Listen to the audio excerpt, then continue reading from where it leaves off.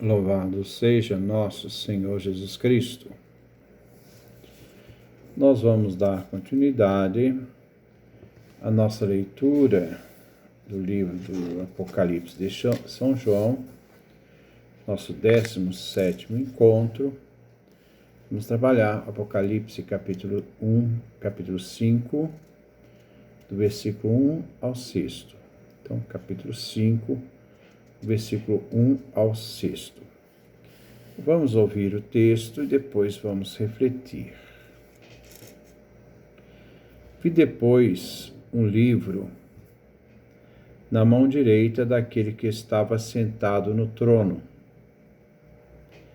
Era um livro escrito por dentro e por fora, e estava lacrado com 7 selos. Vi então um anjo forte que proclamava em alta voz: quem é capaz de romper os selos e abrir o livro? Ninguém, nem no céu, nem na terra, nem no mundo dos mortos, era capaz de abrir o livro ou de ler o que nele estava escrito.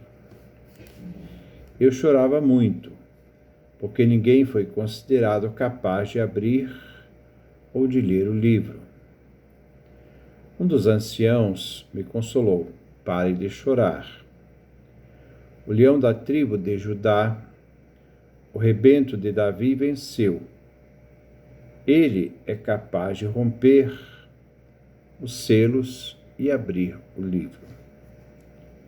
De fato, vi um cordeiro. Estava entre o trono com os 4 seres e os anciãos. Estava de pé, como que imolado. O cordeiro tinha 7 chifres e 7 olhos, que são os 7 Espíritos de Deus enviados por toda a terra. Então, essa é a nossa parte, a nossa leitura, que nós vamos fazer a nossa reflexão. Jesus ressuscitado revela e realiza o projeto de Deus.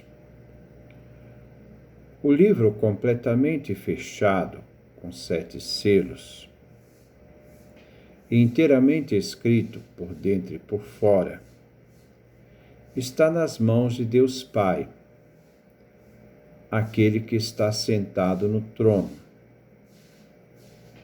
Pois o livro contém o projeto de Deus sobre a vida e a história. O choro aqui de João não é de desespero. Isto é o desespero também da comunidade igreja, diante da impossibilidade de conhecer o projeto de Deus na história. Não é isso, não. Cristo morto e ressuscitado é o Cordeiro Pascal imolado pelos pecados do mundo. Nós ainda vamos ver na leitura o que significa isso. Versículo 1. Vi depois um livro na mão direita daquele que estava sentado no trono. Era um livro escrito por dentro e por fora, e estava lacrado com 7 selos. O capítulo 5 muda o centro da atenção da revelação. Passa do ser do Pai, Deus, que está sentado no trono, rodeado pelos anciãos e os seres viventes, e agora a centralidade passa para o Cordeiro, que é o único que pode abrir o livro. Da adoração do Deus Criador, sentado no trono, se passa então agora à adoração do Cordeiro por sua obra de redenção. Vemos nesta passagem João chorar, por não ter ninguém que possa abrir o livro, para romper os selos. Um dos anciãos diz a João para não chorar, pois o leão da tribo de Judá triunfou sobre o pecado e a morte, e está qualificado para abrir o livro. João irá ver um cordeiro que traz as marcas de ter sido imolado. Os 7 chifres do cordeiro simbolizam seu poder perfeito e os 7 olhos sua sabedoria ilimitada e seu penetrante discernimento. Um livro na mão direita. Aquele que está sentado no trono tem um livro, selado com 7 selos, para assegurar os segredos dos seus decretos. Este livro traz o registro de tudo que Deus determinou para o destino do mundo. Podemos ver aqui também a visão do profeta Ezequiel, no capítulo 2 da profecia de Ezequiel. O profeta recebe um livro de lamentações escrito por dentro e por fora. Faz referência a um livro celestial que contém o futuro da história humana. 7 selos. Devemos ver o simbolismo do número 7, que significa absoluta inviolabilidade do livro. Então, aquele que está sentado no trono tem na sua mão direita um livro escrito por dentro e por fora, e selado de forma inviolável por 7 selos. Ele era escrito por dentro e por fora, indicando a extensão dos decretos de Deus. A visão de João não era para ser imaginada, mas para ser interpretadas.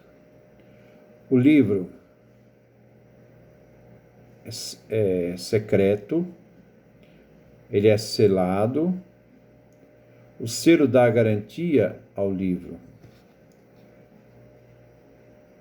Onde fica a soberania de Deus e seu poder no meio de tanta violência e morte? João dirá que a chave e a resposta é Cristo, o Cordeiro imolado. Versículo 2. Vi então um anjo forte que proclamava em alta voz: quem é capaz de romper os selos e abrir o livro?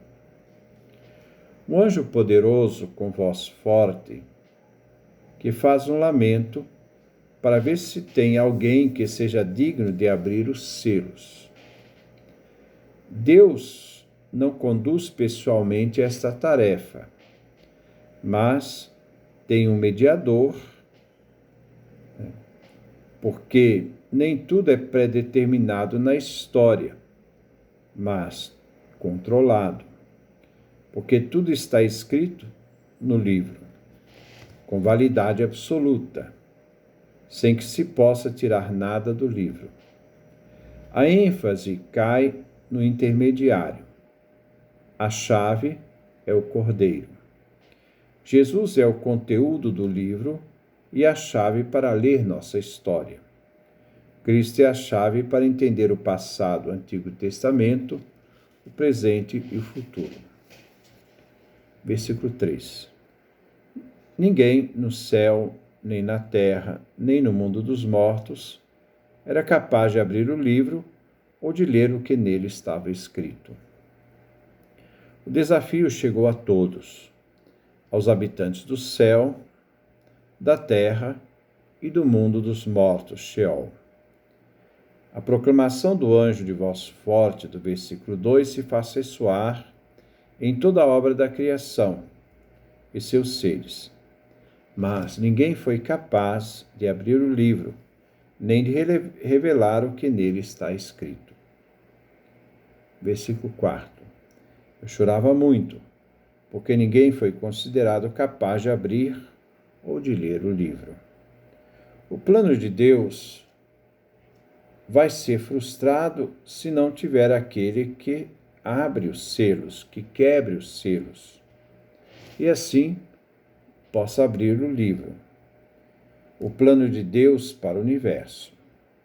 João chora, não porque está frustrado por não ter alguém que abra o selo, mas João chora na perspectiva em razão da impossibilidade de um adiamento indefinido da intervenção final e decisão de Deus. Assim, o próprio universo se torna incapaz de consumar seu destino, se não tiver quem possa abri-lo. Versículo 5. Um dos anciãos me consolou. Pare de chorar. O leão da tribo de Judá, o rebento de Davi, venceu. Ele é capaz de romper os selos e abrir o livro. Agora, um dos anciãos, os 24 anciãos, se aproxima de Jó. O livro não permanecerá fechado. Existe alguém que venceu, e esse é digno de romper os selos, abrir os selos. Não significa somente revelar a vontade de Deus para a história. O livro do Apocalipse nunca será lido. Esse livro que o Cordeiro tem em mãos, esse livro não será lido. Cada 7 selos é que vai ter um significado, que vai trazer alguma realidade para o mundo. Tudo o que acontecerá está centrado nos 7 selos. O que pode abrir estes selos é o leão da tribo de Judá, a raiz de Davi. Esses 2 títulos atribuídos a Jesus têm sua fonte do messianismo judeu. O leão da tribo de Judá vem do Gênesis 49, versículo 9 a versículo 10. A bênção de Jacó a Judá, e que lhe promete o cetro, que não se apartará dele, até que venha aquele a quem pertence o cetro. O segundo título é uma citação de Isaías, do capítulo 11, do versículo 1.